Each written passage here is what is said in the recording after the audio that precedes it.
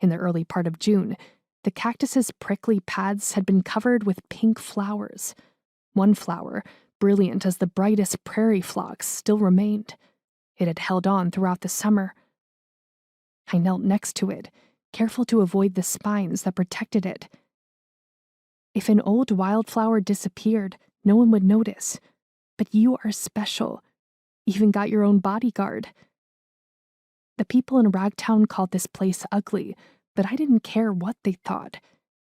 They were faces moving past, whose hearts were so filled with sorrow that they couldn't see the beauty right in front of them. Grace understood, and I think Ezra, in his own way, did too. At night, he often sat by the river, lost in his own thoughts, calmed by the sound of the rushing water. I sat next to the cactus and watched the pink blossom move gently in the hot wind. "I know what you're thinking," I said to the flower, "but Ezra is different than the others.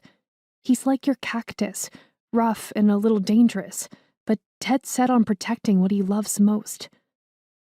But it didn't always work out that way, and just as the flower would eventually fall victim to the environment regardless of her thorny guard, Ezra could only do so much. I cursed out loud, something I never did when others were around, and slapped my thighs hard with my palms. I know I shouldn't be thinking about him, but I couldn't stop. My eyes shifted to the broken ground.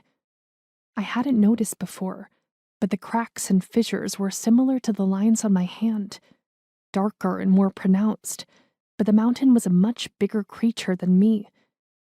I held my hand to its skin, trying to feel it breathe. I lay down with my ear against the red dirt to listen, but all I could hear was the sound of the river nearby. I closed my eyes and saw Ezra sitting by the water. I had to stop thinking about him. I stood, brushed my worn overalls, and took a drink from my canteen. The sound of the river was enticing, and I watched it rush by, wild and unchecked. But not for long. I knew the government's reason for the dam project were sound. They wanted to harness the power of the water and at the same time give starving men an opportunity to eat. Since the mines closed in Kansas, it was Daddy's and my only chance at survival. But in the process, they were destroying a part of the mountains in an attempt to tame a beast that had gone unchecked for longer than I could imagine. My mountains, the place where I felt I belonged. "We'll be fine.